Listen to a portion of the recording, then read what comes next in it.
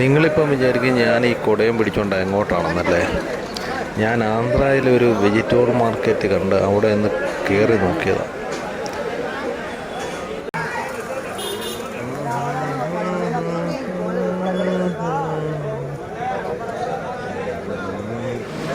നമ്മുടെ നാട്ടിലെ ഇവിടെയായിട്ട് ഒരുപാട് വ്യത്യാസങ്ങളുണ്ട്. ഓരോ കർഷകർ വീടുകളിൽ നിന്ന് കൊണ്ടുവന്ന് ഈ കടകളിൽ വെച്ച് വിൽക്കുക. അപ്പം കടക്കാർക്ക് കിട്ടുന്നത് കമ്മീഷൻ മാത്രം.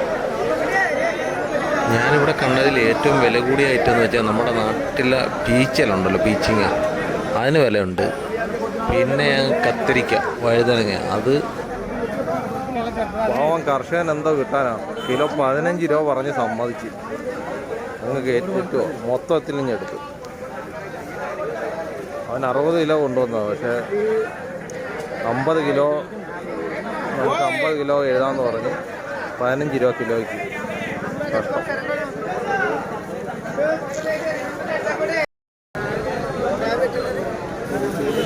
പിന്നെ ഈ കാണുന്ന വെണ്ടയ്ക്ക വെറും 8 രൂപ 10 രൂപ, അതിൽ കൂടുതലില്ല. അത് നല്ല ഫ്രഷാണ്, തളിര് സാധനമാണ്.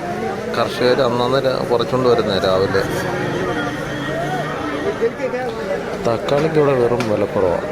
അതായത് ഒരു 3 രൂപ 5 രൂപ നാടൻ തക്കാളി കിട്ടും. പിന്നെ ഒരു എക്സ്പോർട്ട് തക്കാളി ഉണ്ട്, അതിന് 10-12 അതിനപ്പുറം പോകത്തില്ല. പിന്നെ വിലയെന്ന് വെച്ചാൽ പീച്ചൽ, അത് നമ്മുടെ നാട്ടിൽ ആരും അങ്ങനെ ഉപയോഗിക്കായിട്ട് അറിയാൻ വയ്യ.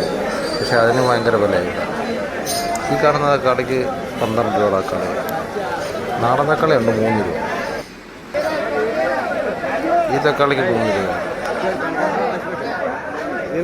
പിന്നെ ഈ കാണുന്ന കുമ്പളങ്ങ, ഇത് ഞാൻ നാട്ടിൽ കണ്ടിട്ടില്ല. പക്ഷേ ഇതിന് ഇവിടെ 10 രൂപ ഒരെണ്ണം.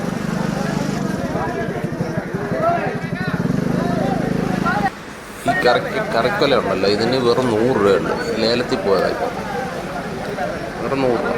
വെറും ചീപ്പ് റേറ്റായി ഇവിടെ ഈ പച്ചക്കറി. നമ്മുടെ ധാരാളം കൃഷികളുള്ളതുകൊണ്ടായിരിക്കും ഇത്രയും വില കുറവ്.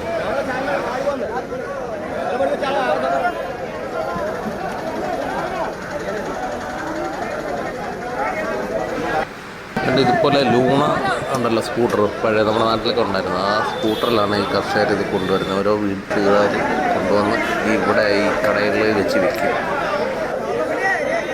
ഇപ്പോൾ ഇവിടെ മാങ്ങ സീസൺ ആയതുകൊണ്ട് മാങ്ങയ്ക്കും വില കുറവാണ്. മാങ്ങ ഒരു ബോക്സ് 26 കിലോ ആണ്. അതിന് ഒരു ബോക്സിന് 100 രൂപ. ആ വിലക്കൊക്കെയാണ് ഇവിടെ കൊടുക്കുന്നത്. ഈ ആന്ധ്രയും കേരളമായിട്ടുള്ള വ്യത്യാസം എന്ന് വെച്ചാൽ ഇവിടെ കൃഷികൾ ധാരാളം ഉണ്ട്.